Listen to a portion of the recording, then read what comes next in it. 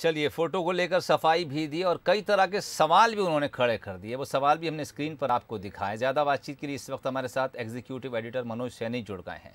Manoj ji, tweet सामने आता है, तस्वीर विवादित होती है, उसके बाद जमकर खिंचाई होती है, फिर आखिरकार मीडिया का सामना करते हैं, सफाई भी पेश करते हैं और कुछ सवाल भी खड़े करते हैं और कहते हैं कि सवाल मेरे यथावत हैं, हालांकि तस्वीर मैंने डिलीट कर दी है।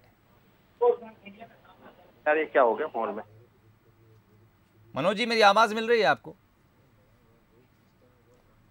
चलिए, संपर्क उनसे नहीं हो पा रहा। दिग्विजय सिंह पूछते हैं कि क्या अब देश में प्रश्न पूछना भी गुनाह है?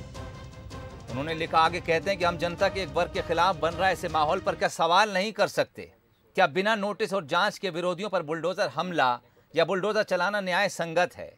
क्या लोकतंत्र अब एक तरफा राजनीतिक विचार से चलेगा? ये कुछ सवाल दिग्विजय सिंह ने खड़े किए हैं। इसके अलावा ट्वीट में जो फोटो उन्होंने अटैच किया था उसको लेकर सफाई भी दी है।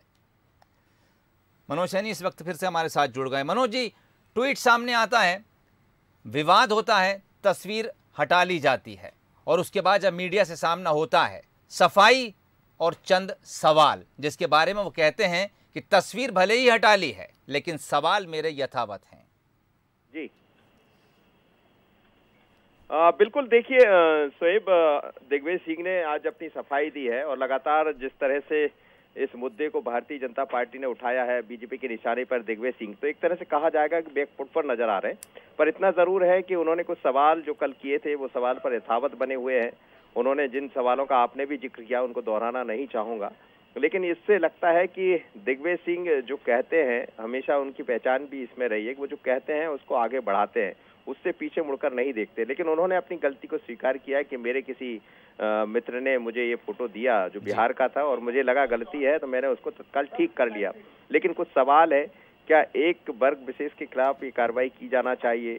क्या जिस तरह से बुलडोजर चला, क्या सरकार उसका जवाब देगी? तो ऐसे कई तरह के सवाल उन्होंने अभी भी उठाए हैं और सरकार से पूछा है क्या इन सब को क्या माना जाए, क्या ये धार्मिक उन्माद का हिस्सा नहीं है?